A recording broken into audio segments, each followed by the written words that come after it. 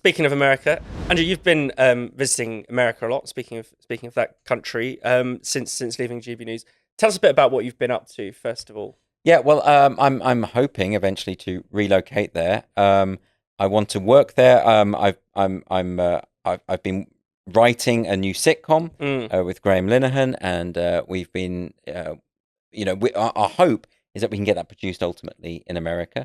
We're working on a company with Rob Schneider in Arizona, so hopefully that will all happen. And as a result, I've been spending a lot of time out there in America, and it is a very different feel. Obviously, if you read just the media from America at the moment, you would think that the whole country is falling apart. Yeah. And it's all very, very disastrous. And wherever you stand on the Trump administration, it's not as bad as the media is making out. There's that sort of crazed thing going on with people vandalizing Teslas and all that sort of stuff, which feels to me like a kind of delayed response, because we didn't get the meltdown after the election that we all expected. But now we're getting it, and they think that, because someone on the internet told them that Elon Musk is a Nazi, that gives them the right to break the law. It's absolutely bizarre.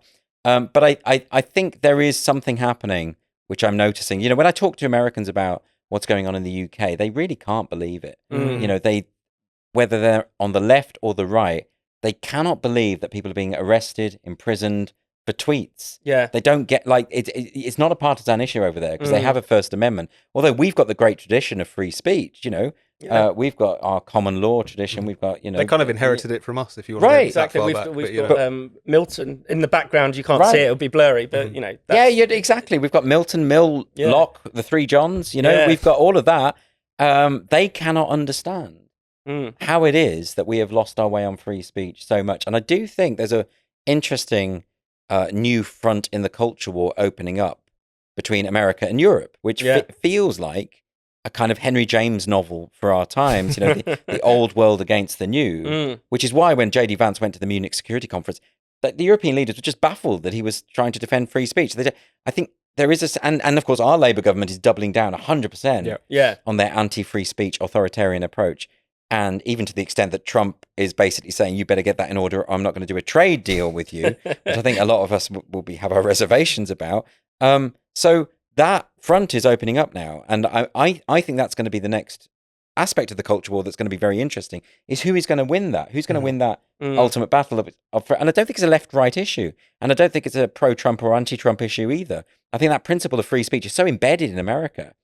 But for whatever reason, in this country, it's sort of gone. I mean, with the Lucy Connolly case, for instance, I've been shocked by all the various people who, I consider sensible on so many issues, saying, well, she shouldn't have said that, so 31 months in prison, that seems fair. Yeah. It's like, what are you talking about? No one in America, left or right, would think that was anything other than mental. And why are you even having this debate? But here, it seems like we have to win that argument all over again. And we could probably do a lot worse than look to America and look to trying to get an equivalent of a First Amendment, something that guarantees our rights. That would stop you being put in prison for 2 years and 7 months for a tweet. It's insane. And Ian Akerson pointed this out on the site the other week. There was actually a rioter in Southport who was involved in throwing bricks at police, who was targeting the mosque. He got a lesser sentence than Lucy Connolly. You just think that in and of itself is the crazy.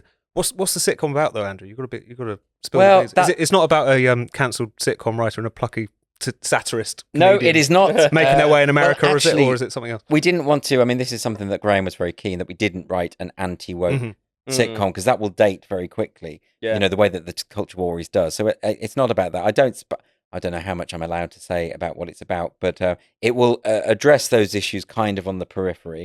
It's really just going to be a comedy that's funny. But that's the priority. That's what we're trying to achieve. It's quite radical to do something not political now, or to not have to not have a message that you're beating someone over the head with. Exactly, and particularly for Graham, because he hasn't been able to work in the industry for 6 years. So you'd imagine the impulse is, let's write a show that attacks all the people who attacked him.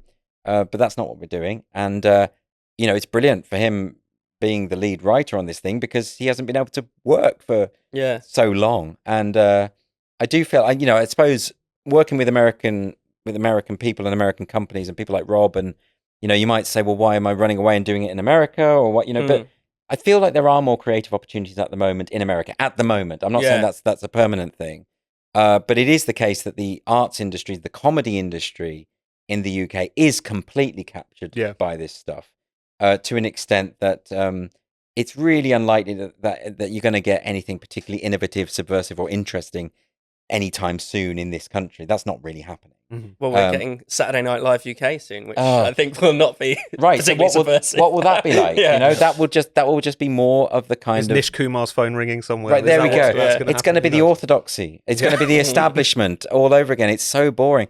And although that does go on in America, don't get me wrong. I mean, you know, Saturday Night Live has very much gone down that establishment route with some terrible sketches that just basically parrot out the establishment view. But you know, I do think there are more opportunities over there to do stuff because I think Americans just like things that make money, and they're very kind of cynical like that, and that's probably it. But at the moment, I mean, look, you know, at the last Edinburgh Fringe, the Comedy Awards, the speech that was given by Nika Burns, who's head of the awards, she was just boasting about how there's very few male-identified people on the shortlist. You know, we've got all these queer sexualities and all that. Like, you're a comedy award. Give the award to the funniest act. But they haven't done that for ages. They've given it according to identity categories and politics, right? Well, you know, so fine. You know, we'll make it an award for diversity. You know, fine, but don't call it a comedy award when it clearly isn't. And so I do think the industry here is just so in such a terrible way. So we'll see whether things can change. Hopefully, hopefully the vibe shift comes over here. Absolutely. Maybe it will. And we look forward to the sitcom. Yeah. Thank you very much.